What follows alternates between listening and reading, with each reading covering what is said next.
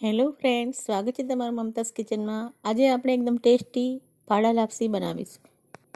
2 વાટકી ફાડા લઈશું, 1 વાટકી ઘી લઈશું।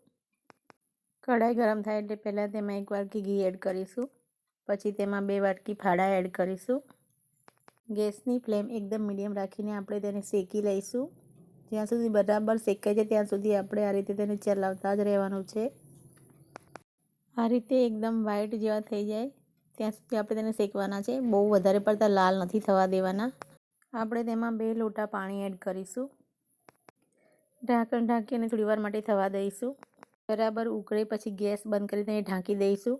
10 મિનિટ પછી આપણે ચેક કરીશું। આપણા ફાડા એકદમ ફૂલી ગયા છે, બધું પાણી સુકાઈ ગયું છે। પછી આપણે તેમાં 1 વાટકી ગોળ એડ કરીશું અને ગેસ ચાલુ કરી અને તેને બરાબર આ રીતે શેકી લઈશું।